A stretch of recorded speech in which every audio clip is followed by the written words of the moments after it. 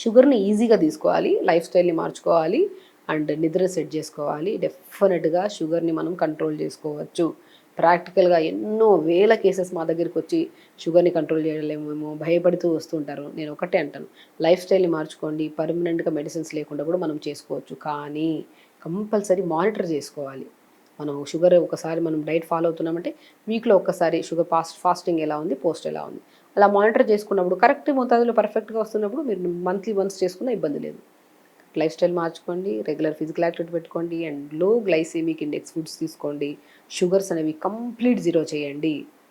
మనం డయాబెటిక్ వాళ్ళే కాదు, హెల్దీగా ఉండాలంటే ఎవరికైనా మనం షుగర్స్ని బంద్ చేయమంటాం. ఎందుకంటే డయాబెటిక్ వాళ్ళకి అరే మేము ఏదో షుగర్స్ బంద్ చేస్తున్నాం, మేము ఒకరేమే బంద్ చేస్తున్నాం, మాకేదో పెద్ద డిసీజ్ వచ్చిందన్న అపోహలో ఉంటారు. నాట్ ఓన్లీ డయాబెటిక్ వాళ్ళే కాదు, ఒక మనిషి హెల్దీగా ఉండాలంటే ఖచ్చితంగా షుగర్స్ అనేవి బంద్ చేయాలి.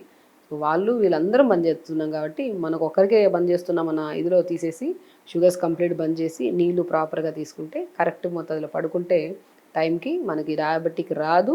ఒకవేళ వచ్చినా కూడా మనం జాగ్రత్తగా లైఫ్ స్టైల్ని మార్చుకుంటున్నాం కాబట్టి చేస్తున్నందువల్ల డయాబెటిక్ కంట్రోల్ అయింది.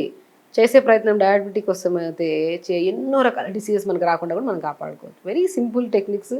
నియంతృత్వంతో ప్రజా ఉద్యమాలను ఆపగలరా? బెదిరింపులతో ప్రజా గొంతుకను నొక్కగలరా? తెలుగువారి మనస్సాక్షి సాక్షి టీవీ ప్రసారాల కోసం వెంటనే మీ లోకల్ ఆపరేటర్ను సంప్రదించండి.